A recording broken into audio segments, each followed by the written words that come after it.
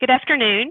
Welcome to ANCOR's Congressional Briefing, Understanding the Human and Fiscal Impact of COVID-19 on Disability Supports. My name is Shannon McCracken, and I'm the Vice President of Government Relations for ANCOR, the American Network of Community Options and Resources. We represent more than 1,600 private providers of long-term support that enable people born with intellectual and developmental disabilities to live in their own homes or in community-based homes. We estimate our members employ 500,000 direct support professionals and support 1 in 6 people with IDD in the United States. The vast majority of our members drive value from all of our programs, but the number one reason they join is because we are the leading voice for providers in Washington. Our members provide services of all kinds to people with all different levels of support needs. They provide residential programs that enable people to live in their own homes or smaller group home settings, day programs that empower people to find and secure work, volunteer in their communities, take classes, have an active retirement from work, and more. The people supported by our members have a wide range of support needs, some needing only assistance with daily living skills, budgeting, job supports, transportation, medication administration. But many others require 24/7 around-the-clock care. They rely on their staff, the direct support professionals, to care for them and ensure their health and safety every day. They also rely on Medicaid, and we're one of the core populations that this safety net program was created for in 1965. That is especially significant to point out today on this briefing, as these programs have yet to receive any relief from the federal government's emergency response. Throughout this public health crisis, we began hearing from our members early the toll this was taking on not only the people they serve, their staff, but also on their ability to sustain their essential businesses, to make payroll, to cover additional costs, to keep people coming to work. Today's briefing is primarily to share with you the results of a provider survey we conducted and the report of those findings. You'll also hear directly from some of our members that are working through this crisis on the front lines today. Chris Sparks, one of our member providers, he's an executive director of a provider in Iowa. Christopher Mitchell, a longtime direct support professional from one of our New York members, and Jolene Bowers, a family home provider from one of our Colorado members who's supporting 2 people in her home with COVID-19. To start, though, I'll turn it over to my colleague, Donna Martin, the Director of State Partnerships and Special Projects for ANCOR, to walk you through the survey results. Donna? Thank you, Shannon. I'm hoping that my sound quality is okay. My headset just died, so we're gonna try it this way. I am happy to be here with you today. I'm going to take a few minutes to talk about the rationale behind the survey, the development of the survey, and what some of the key findings are. So let's start with the rationale. As we all know, services for people with IDD and autism have been struggling for many years. We struggle to maintain stable funding. We struggle to recruit and retain a stable workforce. We struggle to keep pace with inflation and the general costs of doing business. And with the explosion of COVID-19, we were anticipating deep impact on our already fragile system. So we started this project to try to quantify the impact and illustrate the need. We knew we needed to define and validate the stories we were hearing from our members on the ground. So the process of developing the survey was pretty straightforward. We established an advisory group of staff and members alike and recruited someone with demonstrated research experience. We determined what the key metrics were going to include. Specifically, we looked at closures of lines of service. We looked at atypical DSP-related expenses, and I'll explain that a little more in detail when we get to the results. And we looked at provider cash on hand. How long could these organizations sustain their operations with reduced revenue and increased expenses?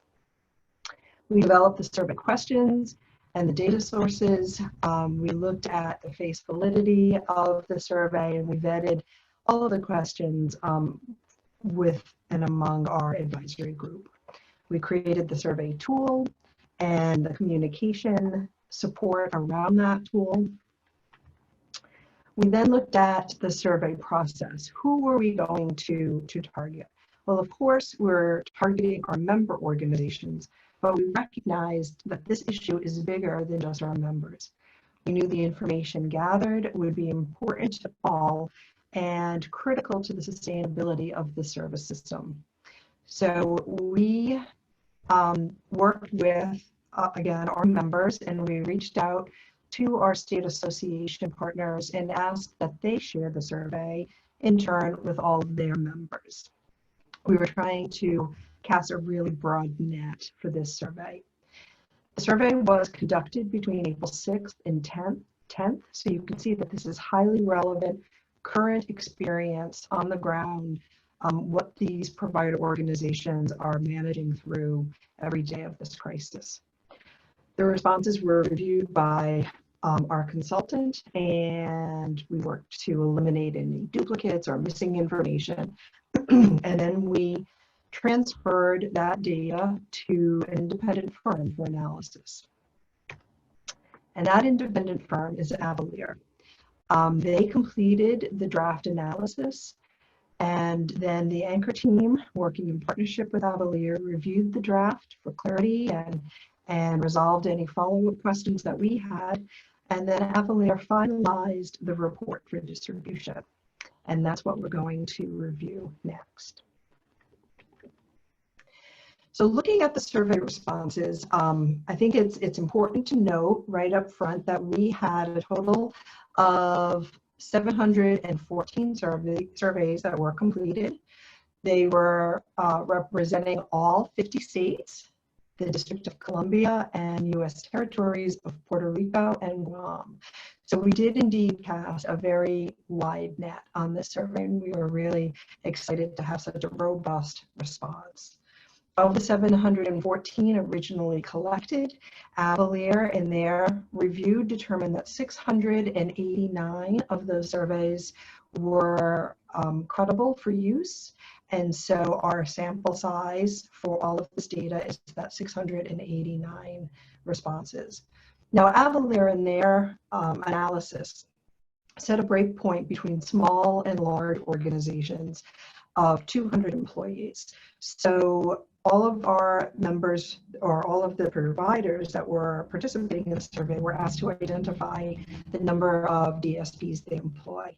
And the small organizations were classified with DSPs up to 200, and then from 201 and over were categorized as large organizations. So you can see the distribution on your screen here. We had 67% of the response was small for small organizations, and 33% of the response was large. Now, it shows the breakout of the average number of DSPs, but I think what's a really interesting point of data is that in total, the responses accounted for over 240,000 DSPs nationwide. So the first, we looked at three key metrics. The first was with regard to program closures, because that was some of the initial outcry that we heard from our members, whether the programs were being closed due to state mandates or other issues relative to attendance or staffing. We knew that this was going to have a significant impact on providers' ability to maintain operations. So of the 68% of respondents, 68% of the respondents reported that they had at least one program closure. That was 468 organizations. However, of those 468, they reported an average of 3 program closures apiece. So some had fewer, obviously, some had more, but on average, the 468 organizations reported closing three program lines. The thing that is of particular interest here is that 54% of those reporting closures reported that they were occurring in their day service lines, their day service programs. 51% reported closures in supported employment services, and 19% reported closures in transportation services. So you can see where so much of the impact here on the program closures were around day employment services. And we'll talk a little bit more about that as we go along.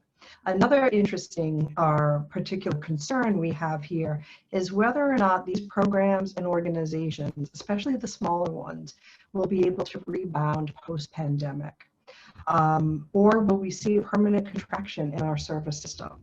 These are questions that we will not be able to answer for some time, but are certainly situations that we're monitoring and are particularly concerned about. The second metric that we wanted to look at were additional costs. And as I mentioned in the beginning, all of these items, staff overtime, onboarding, training expenses, these are all typical cost centers that our members incur. But the difference here is that we wanted to understand if they were experiencing an increase in these cost centers due to the pandemic. So let's break it down. Over time, organizations generally run a fair amount of overtime, unfortunately, due to the ongoing workforce crisis, the workforce shortage. Other surveys have suggested that somewhere between 16 and 20% of staffing hours are long-term vacancies, meaning that of the positions organizations have available, between 16 and 20% of those go chronically unfilled. That is not measured here. That's just a metric that we know from some other work that's been completed. So with that, we know that most of our organizations experience a fair amount of staff overtime. What we wanted to look at here was what percentage of organizations are experiencing overtime in excess of what they typically run due to the coronavirus. And 52% of respondents said that they are running excessive overtime expenses in the amount of, on average, $77,000 per month. With regard to onboarding, that question captured not only bringing new staff on, but the supplies needed to support the staff coming on, including PPEs, cleaning supplies, and the like, those COVID-related expenses that they wouldn't have had prior. So other respondents, 21% reported an increase in those expense areas in the amount of $28,000. And then lastly, with regard to training, 27% of the respondents reported an increase in staff training expenditures. And some of that came from needing to bring on new modalities, virtual training opportunities. Others came from the instance of organizations having to do more training because they could serve just fewer staff in one session. They had, due to social distancing, they had to space people out and do more occurrences of training. So of the 27% of organizations reporting that increase, they were averaging about $16,000 a month additionally. And then the next key metric that we looked at was the ability of organizations to sustain operations. And essentially what we tried to gather is what are the rates of cash on hand available to these organizations. You can see here on the slide that 87% of members reported cash on hand, the amounts of cash on hand equaling just 10% of revenue. And that translates to approximately 1.2 months of liquidity to help these organizations sustain through this pandemic. And in the body of the report, Avalier determined that the combination of lost revenue coupled with increased COVID-related expenses equaled approximately 40% of organizational revenue. And that is a pretty staggering figure. 40% of revenue related to lost revenue and increased costs. So those are the high points of the data collected. I think that it does paint a pretty dire picture and really supports the critical situation that service organizations are experiencing on a day-to-day basis through this crisis. And with that, I will turn the presentation back to Shannon. Thank you. Thank you, Donna. I was so anxious to jump into today's briefing that I skipped over the housekeeping items, and I apologize. We will reserve time for Q&A. Please submit your questions via the Q&A function at the bottom of your screen. And the session is also going to be recorded. It is being recorded. So ANCOR will post the video on our COVID page in the next few days, and you also will get a copy of the PowerPoint that Donna just ran through. So sorry for skipping that. But let's move on now to our next speaker, Chris Sparks. Chris has been working in the field of disability for 37 years, beginning his career as a direct support professional. As Executive Director of Exceptional Persons, Inc., EPI, he focuses on their mission to connect people to their communities, create opportunities, and nurture growth of critical life skills. So one of our awesome members from Iowa. Now I'll turn it over to Chris. Thank you, Shannon. Hello, everyone, and greetings. I guess I would say two things by way of introduction. First, 37 years, holy cow, that's a long time. I'm not quite sure how that happened. And these days, it definitely feels like 37 years.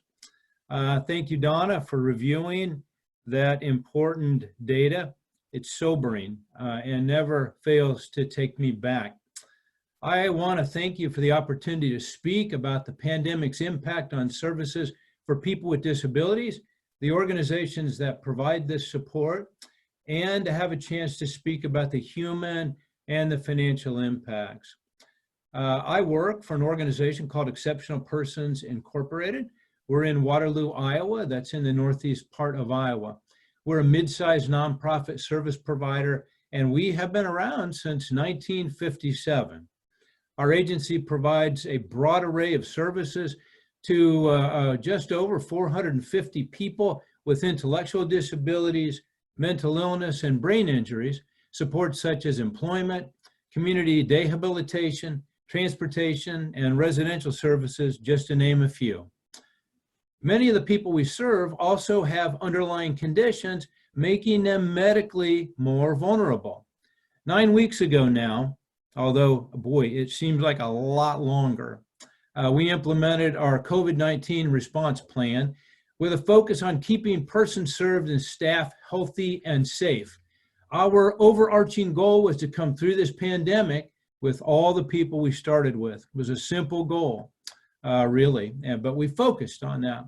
And we feel like we're doing all we can at this point to aggressively manage risks, and we're working diligently to keep people out of the acute medical care system.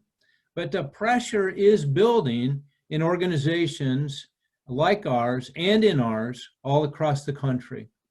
We support people with disabilities almost exclusively through the efforts and dedication of 250 direct support staff, frontline supervisors, and service leaders who have been models of dedication, flexibility, and stability over the last several weeks. We are very proud of them. But one thing continues to trouble us. Well, all right, actually a lot more than one thing, but one big thing. And that is the DSPs working with persons served are making around $12 per hour for this challenging work, and it's just not enough. DSPs do the real work in organizations like ours. They work very directly with people with disabilities, often in their homes, providing support, skill development, and often personal assistance. And along with that, emotional support, nurture, and encouragement. Despite all of our precautions, and they have been many, we have had 8 DSPs quit over the last couple of months because they just did not feel safe working during this pandemic. With a 15% DSP vacancy rate and 42% turnover, we cannot afford to lose even a single person. Now, the crisis of high turnover and low pay is not new in our industry, but it's never been in sharper focus. What we're paying these dedicated people is simply woefully inadequate for their level of responsibility. And we'd love to pay them more, but capped and antiquated Medicaid rates just make this impossible. In the middle of April, we put a plan into effect. We call it our temporary pandemic pay plan. Yeah, that is a lot of P's. Before the board approved it, by the way, it was called the temporary pandemic pay plan proposal, which was even just a bit more challenging to say. This plan provides a temporary pay increase to DSPs only of $3 per hour and an additional cost to us of $112,000 a month. Right now, this will expire mid-June. It was the right thing to do, and many other community businesses had already done so. This increased expense is only one of our pressing financial challenges. We're monitoring the financial impacts of lost revenue from program closures and increased expenses in our residential services quite closely. And we project the loss to be just over $370,000 per month. Yeah, per month. We were managing in the black before the pandemic hit. Now we're in this for the long haul, and our commitment has not flagged, but we desperately need your help. Here at EPI, we are not in immediate jeopardy of insolvency, but many organizations are. And these losses are not sustainable for us for very long. We are funded primarily by Medicaid, a source that has explicitly kept us from profiting and building the level of operating reserves that might allow us to better weather this financial crisis. Here in Iowa, we've worked extensively with the governor's office and State Department directors and have asked for some short-term financial help, like enhanced rates to fund overtime and hazard pay, retention funding for closed programs, and reimbursement for personal protective equipment. This has not yet been approved, but we know they're talking about it and they're working on it, and we remain hopeful that it still might be. The federal pandemic relief packages approved up to this point are critically important. They're important for businesses and medical providers and many others. And we appreciate the very challenging legislative work that has already been done. Unfortunately, none of this funding has been directed to primarily Medicaid-funded service providers. One bright spot for us is the SBA Paycheck Protection Plan loan that some providers did receive, but only some. In any challenging situation, there comes a moment when there's a shift and things become very real. That moment when the gulf between the conceptual and the experiential is crossed. This moment came for us on April 23rd at 6:50 a.m. On this day, we had our first 2 positive cases of COVID-19 for persons served. One resulted in a fatality, and the other person was in the intensive care unit. And in both cases, the illness became critical so quickly. The person who passed away was widely known and loved here in the organization, and his loss hit us very hard. And it continues in ripples across the organization. We're desperately now working to not lose anyone else. In Iowa and across the country, countless organizations are having these same experiences every day.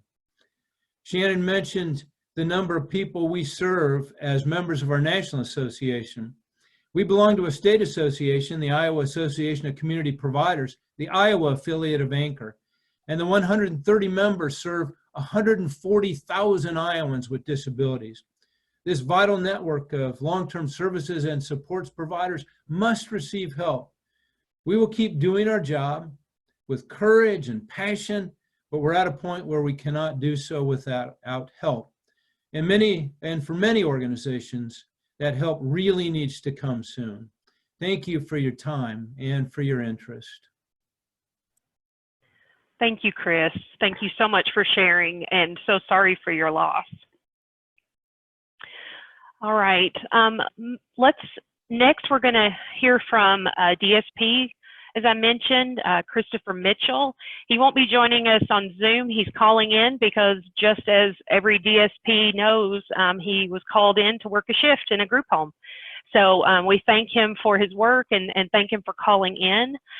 Christopher has been working in the IDD field for 19 years. Before the lockdown, he worked in the day program where he became the assistant director of the Free Players Drum and Bugle Corps. He was transferred to a group home in East Northport where he was quarantined for 7 days. So Christopher, do we have you on the line? Yes, you do. How you doing? Good. How are you? Thanks for joining. Yeah. Yep. Doing well. You know, working really hard here. All right. So yeah. So as mentioned before, I've worked for this field for the past 19 years. I've worked for agencies such as UCP, that's United Cerebral Palsy, Queen Centers for Progress. I've also worked for Catholic Charities very briefly, and currently I work at Free.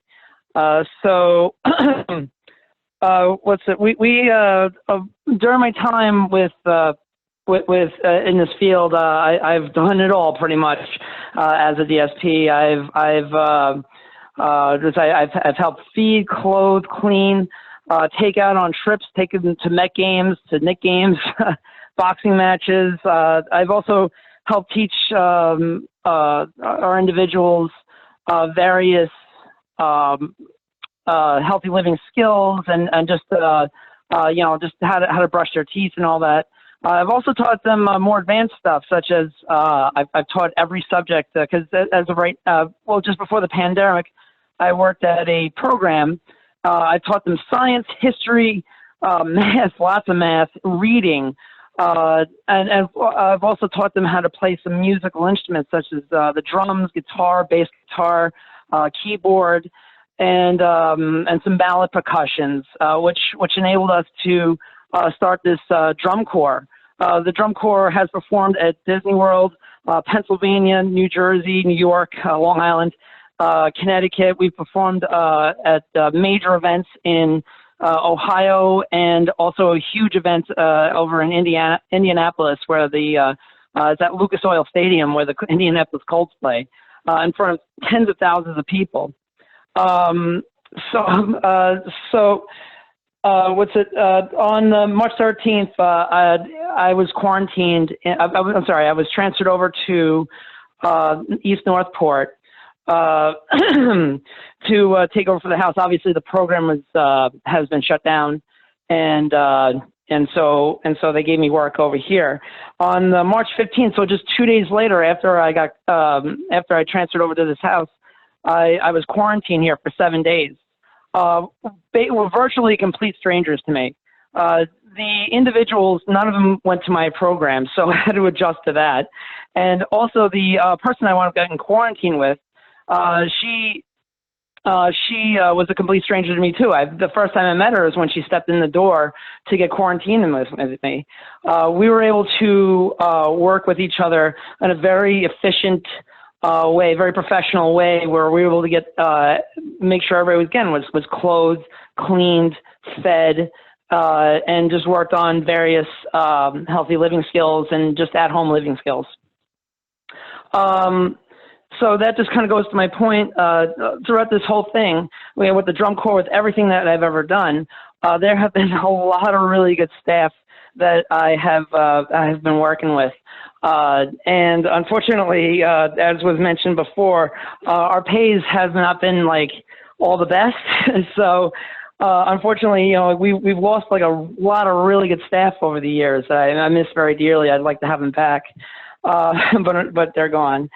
So I mean, as of right now, like people like joke that like us DSPs joke that people at McDonald's sometimes they get paid more than we do. And it's and they serve Big Macs that give you heart attacks and whatever. But so that's just one thing that I would like for us DSPs to get recognized in that fashion. That what we do is extremely important. you know, you don't have to necessarily form a brand new drum corps or anything like that.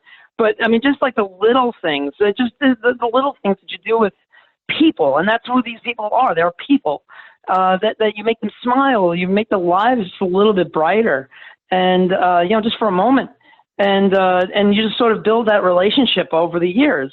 And unfortunately, like I said, because the pay, you know, it makes it very difficult to stay and keep these relationships and have them build.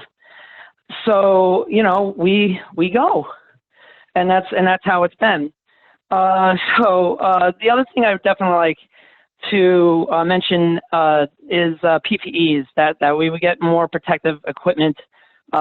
You know, because some of our individuals have gotten sick with the COVID. I mean, the reason why I was even quarantined was because one of our individuals did get sick with the COVID virus, but he's recovered since then. And I've heard, like in other parts of our agency, family residences, that they have actually succumbed to the disease. So. You know, again, that's a very difficult thing to deal with when you care and you love for these people so much, and then they unfortunately pass away. So you know, you know, that's just another one of our hardships. But yeah, so the short of it is, we would definitely like to get paid a living wage, and you know, and get provided with our PPEs, and that's my spiel. Christopher, thank you so much, and thank you for the hard work you're doing right now. I know it's you miss doing the fun things like the drum and bugle corps and all of that, so we hope that you get back to those activities soon, but thank you for being there when people need you. Thank you. Thank you so much. Yeah. Next we'll go to Jolene Bowers. Chris, she grew up in Iowa, but after raising her children, she started working for a small agency providing supports to people with intellectual and developmental disabilities. And in 2001, she moved to Colorado Springs, where she continued to pursue her career in this field. In 2003, she started her career with Mosaic as a direct support professional in their group homes. While an employee there, Jolene advanced into various supervisory positions. For 3 years in a row, she received an Outstanding Achievement Award from the ARC of the Pikes Peak region. Currently, Jolene and her husband, Pete, are providing the best life possible for two people in their home as they enjoy music, the arts, the great outdoors, all as a family. Jolene? Thank you, Shannon. Hello, my name is Jolene Bowers. I've been a part of the workforce at Mosaic in Colorado Springs for 17 years. Most recently, a host home provider for the past 6 years to two gentlemen, Daniel and Mark. Mosaic is a multi-state healthcare organization providing services to approximately 4,000 people with diverse needs. Locally, Mosaic in Colorado serves over 400 people, primarily in a more individualized type setting, such as a host home.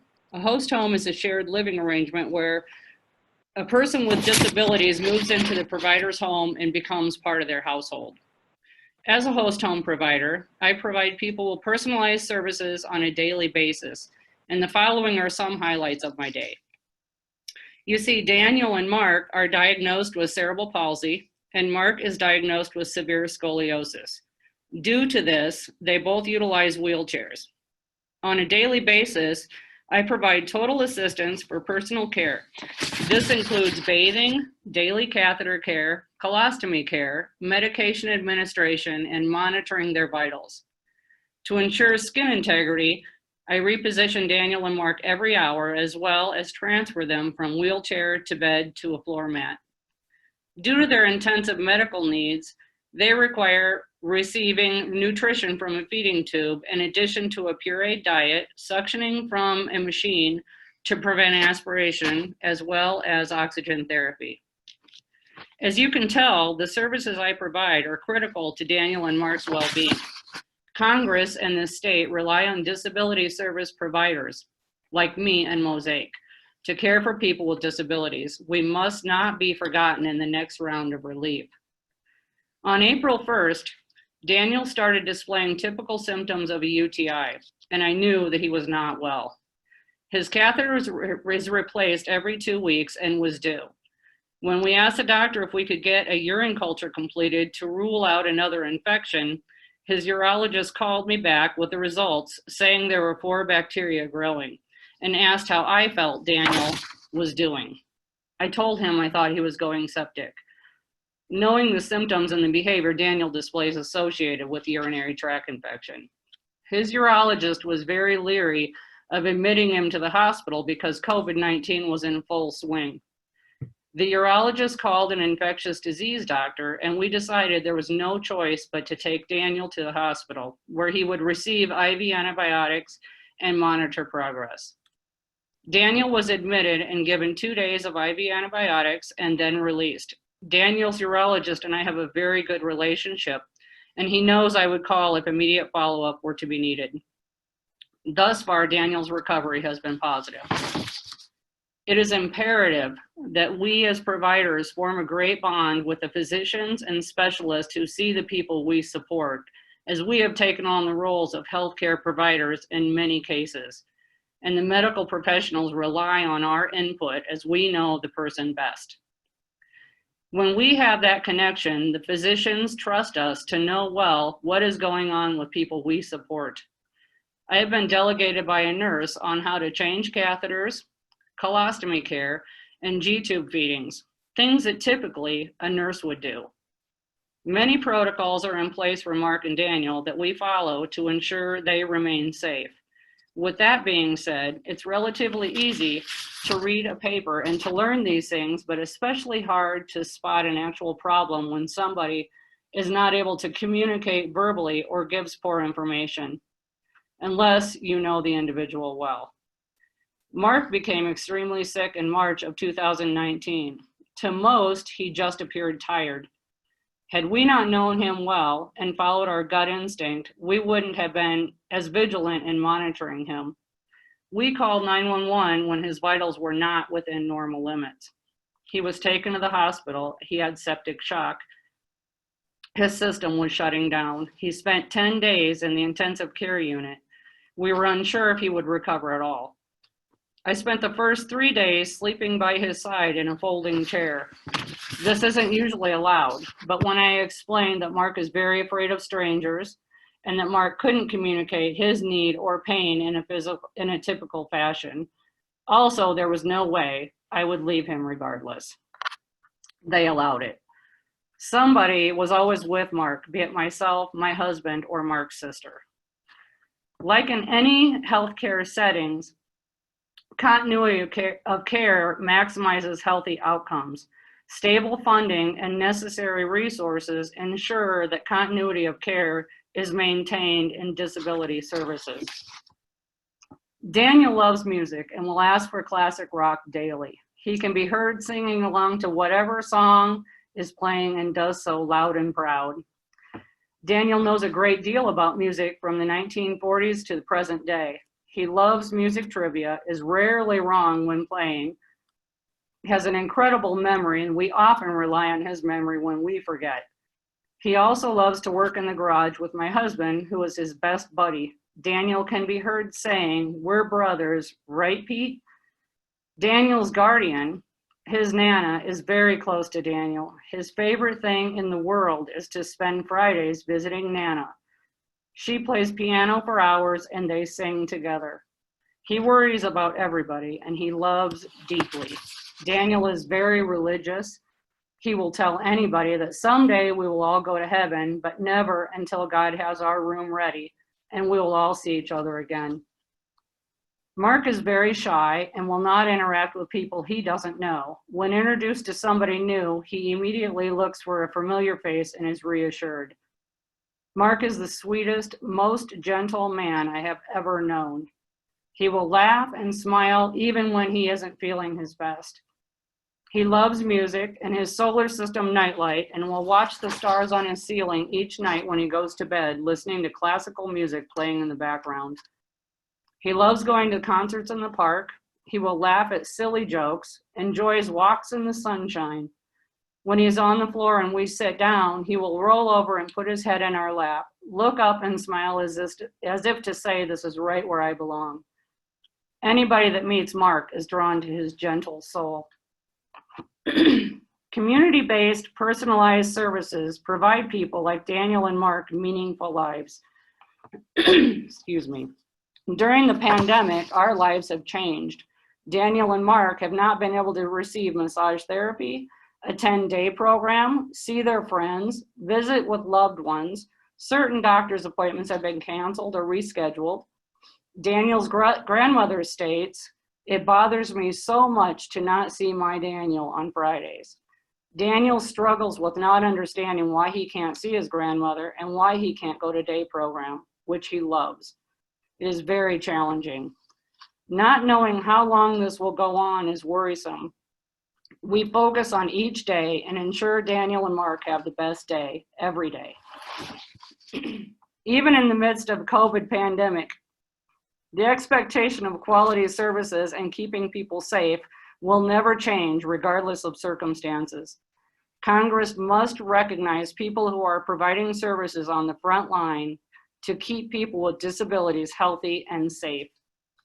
In the 20 years that I have been honored to support the people in need, I and so many others have rejoiced in accomplishments, laughed and sang and celebrated. I've also had the privilege to sit with somebody that was nearing the end of their life. The privilege to make them feel loved until they left us, home where they belong, surrounded by people who have a connection with them, who have formed a bond with, sometimes the only family they have ever known.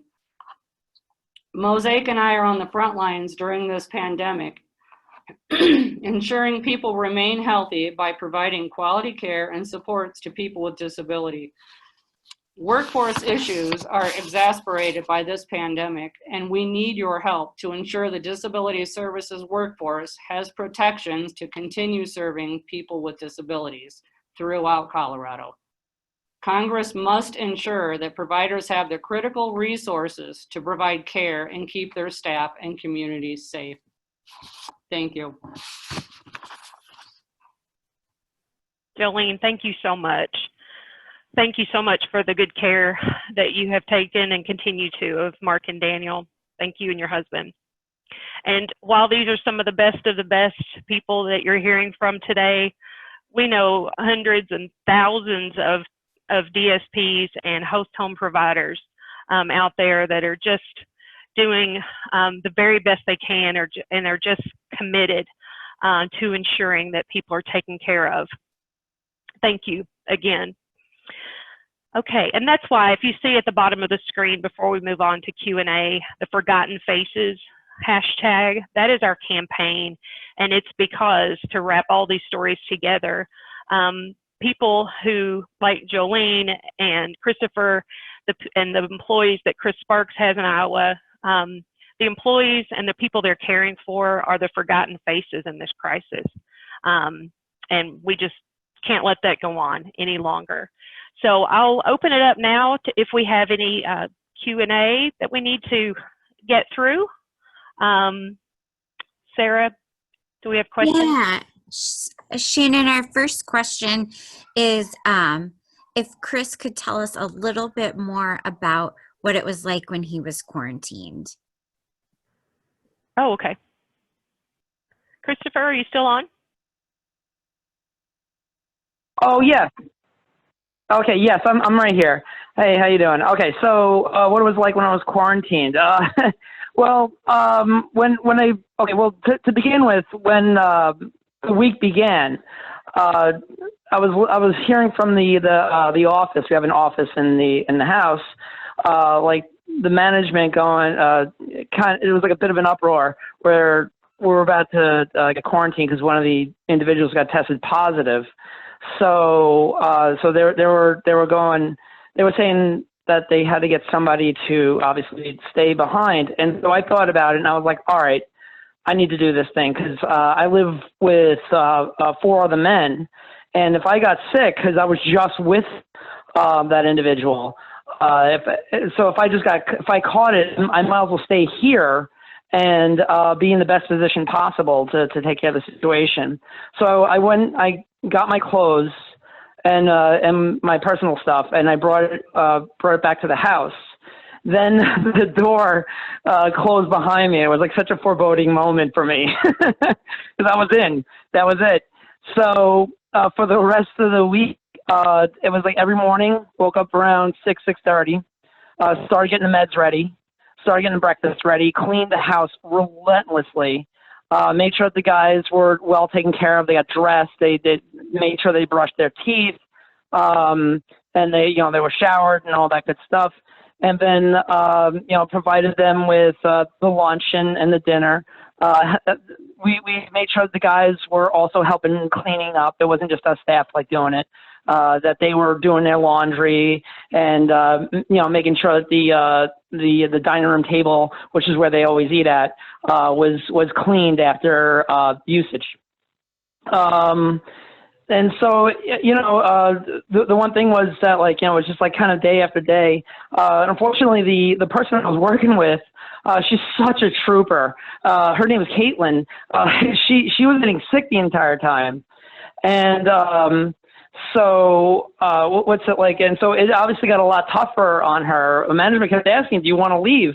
And this is how dedicated she was. She was like, no, I refuse to leave. And this girl was going pale. But we made it to Sunday. That was our final day. And and then the new staff came in and we sort of said hallelujah and then left and went home. And in a nutshell, that's pretty much how it all went. Great, thank you, Christopher. And we do have an action announcement for you to take action on at the end of this call, right at the end, but I want to make sure we do cover any questions. I do want to say, Jolene and Christopher, that the question box is filled with just comments about how awesome you all are and just gratitude for the work you do. So I just wanted to pass that along. Thanks. So our next question is, what would happen if day programs had to close completely? Chris Sparks, you want to take that? Well, that's a great question, and it's one we've really talked about here in Iowa. We have a day habilitation program. It serves about 90 people a day, or at least it did before the closure. And about 5 years ago, we took that program completely into the community in small groups where we volunteer in businesses and other organizations. And we really felt like the program was providing an extraordinary quality of service and a great opportunity for people to participate in their communities. While we've been closed down, we have tried to harness the expertise of our day habilitation staff, because we know that for people who are home all of the time, good life structure and engagement is critically important for physical and emotional health. So we've tried to replicate that as much as possible, and it has been possible but challenging. I think it would create some significant long-term service delivery and structural challenges if day programs did not come back online. Now, one of the things I do worry about, and we're in the process of trying to prepare for a number of eventualities, and we find the most difficult one for us to be responsive to is that periodic closure and startup mode. So let's say we make it through this period of closure and the transmission rates of the virus are reduced. And we do see our governor opening up certain elements of the community. Day programs and day habilitation programs are not among them yet. They will be. But let's say later in the summer or this fall, virus transmission increases and we have another surge and we are in another closure order. For day services and day habilitation services, we find that's probably our most challenging structure to be responsive to. So we are very worried about the future of those types of service, and we feel like they're very important vehicles to support people in accessing community, but it's quite challenging while they're shut down. Thank you, Chris. I would just add, we hear a lot about the airline industry, the restaurant industry, the retail industry right now, but those of us who've worked in this field for years and years, we've created a community network, an industry that has supported people, really quietly and invisible at times. So that's why it's a struggle to explain what we do at times like this, but it is so important. So thank you for that question. Sarah, Shannon, yeah, we have a couple more questions. One is, when day programs open, is there a plan for transportation? And another is, how are PPE supplies going for all of you? So what does that look like? Who wants to take that? Well, I can tell you a little bit about, well, I'll tell you quickly from our standpoint. We are concerned about transportation. Obviously, we do anticipate when day services open up again, there'll probably be social distancing expectations that are enforced, at least for some time. And we're at a loss to determine how to do that when we provide transportation. So I'm not saying that's impossible. We are working on it, but that's a very concrete barrier. For us, PPE, it's been very challenging for us to acquire enough. We've received a lot of help from our state association and from one of our managed care organizations. We have adequate supplies on hand now, but as most of you know, you go through an awful lot of PPE when you have people that are symptomatic or actually test positive for the virus. Okay, thank you. Okay, maybe one more question. I think maybe let's answer the one, Sarah, about how we're getting media attention behind this campaign, unless there's another one that we need to get to. Does that work? Okay, hearing no objection. I'll just go ahead and take that question to wrap up and give you the call to action, because part of that is what we're asking for and how we're asking for it. And some of you are asking, can I write letters? What can I do to help? We'll tell you. But since we have not received any emergency relief yet in the federal response, our ask is $20 billion to stabilize this direct support workforce during the COVID-19 crisis. That funding, as you've heard today, needs to be used for overtime pay for DSPs and other frontline workers, enhanced pay for those DSPs and other frontline workers, for staff stabilization funding to pay for DSP recruitment and retention measures. You've heard today how hard it is with that disruption of service and the lack of people to provide this health and safety assurances and this care. And also the procurement of PPE. It's very important. There are so many people and jobs and frontline workers who need these things, but this group has been forgotten, not intentionally, but we can't be overlooked any longer. And so some of the ways we're looking at that, our members today will be receiving an action alert, and we can share that with people who are non-members. Anyone can take this action, and it is urging the House to vote in favor of the HEROES Act. This latest draft from the House Democrats has a lot in it. It is a big bill, and we know that is the first attempt at this fourth package. But we would ask anybody that's listening, anybody that sees this through our recording or through social media, to know that within that bill, we're so happy that we are finally being recognized as a group that needs funding. There are several ways to do that, but our specific ask remains the one that I just outlined. So we want to make sure that we get funding through either the emergency fund and or the fourth package, because it's so greatly needed. It will provide immense relief for people with intellectual and developmental disabilities and the services that are keeping them healthy during the outbreak. Unfortunately, these groups have been the forgotten faces of the COVID-19 pandemic.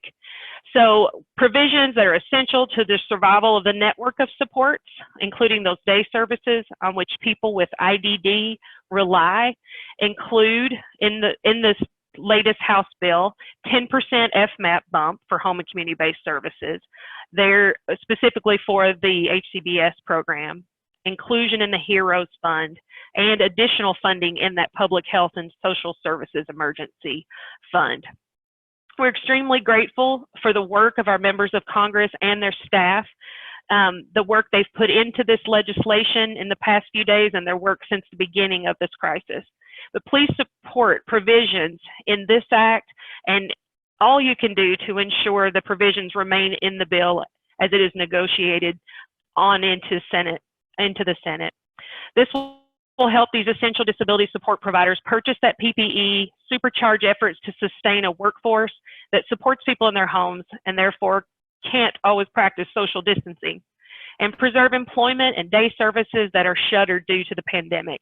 Your support is essential in the immediate term and in the long run to ensure your constituents with intellectual and developmental disabilities that they have options and resources for remaining in the community after this pandemic is over. Please take the action alert. Watch your bell for that. Reach out to your members of Congress about why this is so important. Ask for a phone call. If you need help with that, please reach out to us and we'll help facilitate that for you.